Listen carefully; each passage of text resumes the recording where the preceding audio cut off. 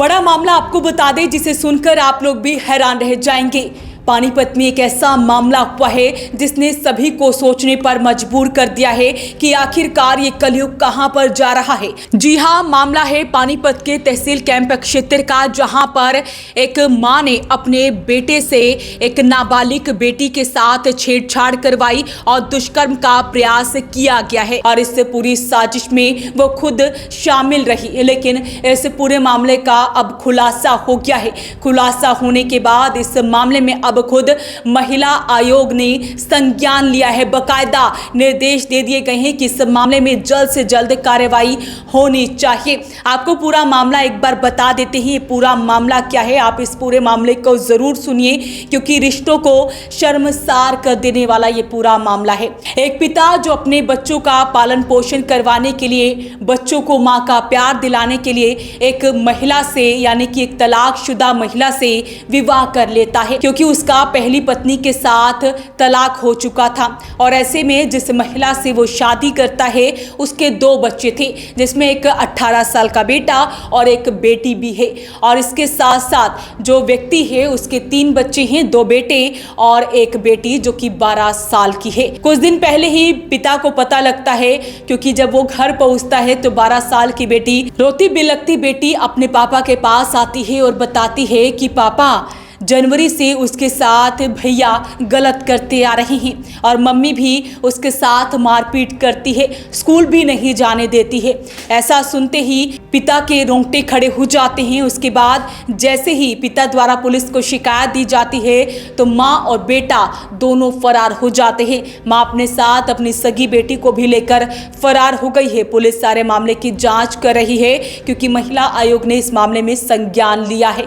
तो एक बार आपको उस बस पिता की सुनवाते हैं जिसने इस पूरे मामले का खुलासा किया है। एक्चुअली ना मैं थोड़ा किसी काम से बाहर गया हुआ था, तो किसी काम से बाहर गया हुआ था तो मुझे पीछे मेरी बेटी का फ़ोन आया था, भाई पापा मुझे ना इस तरह की ना बातें बता रहे हैं। तो फिर मैंने पूरी बात पूछी, बेटी में क्या कैसे बात है। फिर उसने पूरी बात मुझे कुछ फ़ोन के ऊपर बताई, तो कुछ फिर मैंने कहा चलो मैं घर आ गया ना, मैं आपसे बात करता हूँ। तो जब मुझे इस बात का पता लगा भाई ऐसे बात है, तो जो कि राजू नाम का लड़का है वो लड़की से कुछ छेड़छाड़ करता था, तो जो कि मुझे गुड़िया ने बताया। तो मुझे बताया, मेरे से बर्दाश्त नहीं हुई, तो मैंने कहा जी मेरी इस चीज़ की, फिर मैंने FIR दर्ज करवाई। मैंने कहा जी मेरी इस चीज़ में मेरी कार्रवाई करो, इस चीज़ से मेरी कार्रवाई करो। तो इसलिए फिर हमने इस बारे में कार्रवाई करी है। ये राजू है जी, मेरी दूसरी शादी हुई थी, मेरी कोर्ट मैरिज हुई थी, उसका लड़का है, जो कि मेरा अपना खुद वंश नहीं है। दूसरी पत्नी का बच्चा है। हाँ जी, दूसरी पत्नी का लड़का है जी। मेरे जाने के बाद वो उस लड़के को बुलाती थी, उसको बुला के बच्चे को अंदर बाढ़ के बाहर से कुंडा बंद करती थी, कुंडा बंद के बाहर से ताला लगा देती थी। तो जब ये गुड़िया किसी बारे में किसी को बताने की बात करती थी, उल्टा गुड़िया को धमकी देती थी, अगर तेने किसी बात को बताया था मैं तेरे को जान से मार दूंगी, तुम्हारे को ख़त्म करवा दूंगी। इसी चीज़ बात की धमकी देती थी मेरे को। तो क्या वो भी शामिल है इस पूरे? हाँ जी, वो भी शामिल है जी इस पूरे उसमें। शिकायत दे दी है पुलिस? हाँ जी, मैंने पुलिस में शिकायत दे दी है जी। तो हम तो ये चाहते जी, देखो जी हमारी पूरी कार्रवाई हो। कभी राखी बांधती थी? हाँ जी, राखी बांधती थी जी, हर साल राखी बांधती थी उसको। बिल्कुल भाई बहन वाला प्यार था। लेकिन उसको देखना चाहिए था भाई ये इतना जुल्म इस बच्चों पे क्यों कर रहे हो, तो उसको शर्म आनी चाहिए थी। बच्चे की मेंटल हालत अब ठीक है क्या? बच्चे सदमे से बाहर है? हाँ बस अभी थोड़ी सी ठीक है जी। भाई थोड़ा बच्चा सा कुछ डरा सा भी अलग रहा हमारे को, जैसे बच्चे को डरा क्या होता है, मतलब बच्चे को पूरी तरह डरा कर देना। तो पुलिस ने भी मामले की गंभीरता को देखते हुए तुरंत आरोपी मां बेटे के खिलाफ पोक्सो एक्ट में मामला दर्ज कर लिया है। उधर जैसे ही केस दर्ज होने का पता दोनों आरोपियों को लगा तो वो फरार हो गए हैं। फिलहाल पुलिस दोनों आरोपी मां बेटे की तलाश कर रही है। पिता द्वारा पुलिस को शिकायत दी जाती है। महिला आयोग को भी इस बारे में पता लगता है। चेयरपर्सन उषा प्रियदर्शनी द्वारा पानीपत के SP को फ़ोन किया जाता है और साथ ही थाना प्रभारी को भी फ़ोन किया जाता है और निर्देश दे दिए गए हैं कि बेटी को इंसाफ ज़रूर दिलवाया जाएगा। एक बार सुनते हैं उषा प्रियदर्शनी ने क्या कुछ बताया है। मैं उषा प्रियदर्शी, राज्य महिला आयोग हरियाणा। आज अभी मेरे सामने पानीपत से एक हैवानियत का मामला सामने आया है, जिसके अंतर्गत एक सौतेली माँ अपने 18 साल के बेटे के साथ मिलकर के अपनी 12 साल की बच्ची के साथ कुकर्म को अंजाम दे रही थी। जिसके चलते आज मैंने एसपी पानीपत से संपर्क करने का पिछले 2 घंटे से मेरा प्रयास जारी है। अभी तक मेरा उनसे संपर्क नहीं हो पाया है, जो कि बहुत ही दुर्भाग्यपूर्ण है। फिर मैंने एसएचओ पानीपत कैंप से बात की, उनके द्वारा पता चला कि इसके अंदर कार्रवाई चल रही है, एफआईआर लॉन्च हो चुकी है, लेकिन माँ बेटा और उनकी एक 6 वर्ष की बेटी वहाँ से लापता है। हमने हिदायत दी है एसएचओ थाना को कि आप इसमें तुरंत उनको पकड़ा जाए, और राज्य महिला आयोग इसके लिए प्रतिबद्ध है कि उस बच्ची को न्याय मिलेगा। आरोपियों को सख्त से सख्त कार्रवाई करने के मैंने आदेश दिए हैं। साथ में मैं एक बात और कहना चाहूँगी कि इस तरह की कोई भी घटना हुई तो आयोग उनको छोड़ेगा नहीं, बख्शेगा नहीं, सख्त सख्त कार्रवाई उनके खिलाफ की जाएगी और उस बेटी को न्याय मिले। आयोग उस बेटी के साथ खड़ा है, हरियाणा की हर उस बेटी के साथ खड़ा है जिसके साथ इस तरह की हैवानियत को अंजाम दिया जाता है। भविष्य में इस तरह की हरकतों को छोड़ दें, इस तरह के कामों को छोड़ दें, इस तरह की सोच को छोड़ दें, इस तरह की मानसिकता को छोड़ दें। हम अब किसी को भी बख्शेंगे नहीं।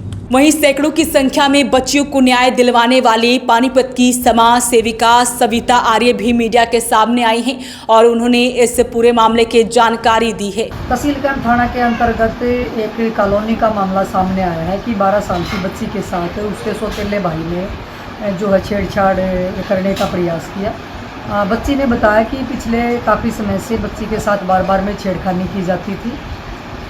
जब उसने अपनी माँ को बताया, क्योंकि माँ सौतेली है, उसका जो भाई है वो उसके पहले पिता से था, मतलब उसके बाद जो है बच्ची ने जब अपनी माँ को ये सारी बातें बताई तो माँ ने उसकी बात सुनते अनसुना किया और बच्ची के साथ मारपीट की। ये सारी बातें बच्ची ने खुद बताई है कि भाई मैं माँ को बताती थी तो वो मुझे जान से मारने की धमकी देती थी और कहती थी कि अगर किसी को बताया तो मार दूँगी। और वैसे भी जैसे सौतेली माँ थी, बार बार में बच्ची को मारती थी और उसको डरा के रखती थी।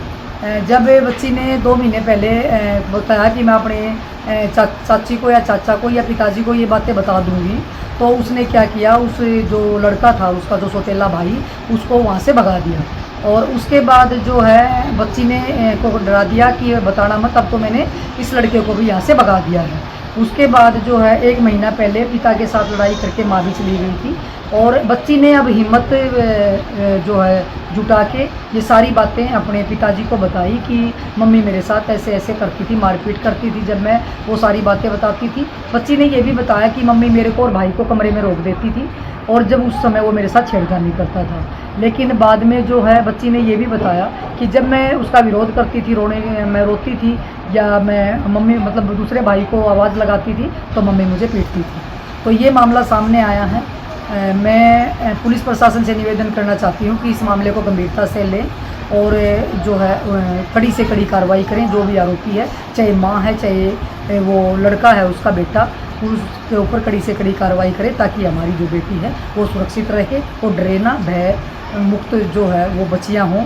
और बच्चियों के साथ ऐसी अनहोनी जो है घटनाएं सामने आती हैं कि माँ को तो बोलते हैं कि सुरक्षा कवच होती है बेटी का, और जब माँ ही ऐसी घटना को अंजाम देती है तो हमारी बेटियाँ कहाँ सुरक्षित होंगी। तो पुलिस ने भी मामले की गंभीरता को देखते हुए तुरंत आरोपी मां बेटे के खिलाफ पॉक्सो एक्ट में मामला दर्ज कर लिया है।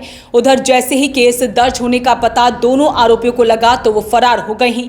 फिलहाल पुलिस दोनों आरोपी मां बेटे की तलाश कर रही है। तो महिला आयोग की चेयरपर्सन ने साफ तौर पर कह दिया है कि इस तरह से घिनौनी वारदात किसी भी रूप से सहन नहीं की जाएगी, आरोपियों को बख्शा नहीं जाएगा। तो अब देखते हैं कि पानीपत पुलिस कब तक इन आरोपी मां बेटे को गिरफ्तार करती है, क्योंकि जिस तरह से अपनी ही बेटी के साथ, क्योंकि भले ही उसने अपनी कोख से उस बेटी को जन्म नहीं दिया लेकिन रिश्ते में वो भाई बहन लगते थे और वो 12 साल की नाबालिग बेटी हर साल उस आरोपी भाई को रक्षाबंधन पर राखी बांधती थी, लेकिन उसे फिर भी शर्म नहीं आई कि वो अपनी ही बहन के साथ इस तरह की घिनौनी वारदात कर रहा है। अब दोनों को पता लगता है तो वो यहाँ से फरार बताए जा रहे हैं। पुलिस उन दोनों की तलाश कर रही है। देखते हैं कि कब तक ऐसे आरोपियों को पुलिस गिरफ्तार कर पाती है। तो आप इस वीडियो को लेकर क्या कुछ कहते हैं हमें कमेंट बॉक्स में जरूर लिखें। नमस्कार।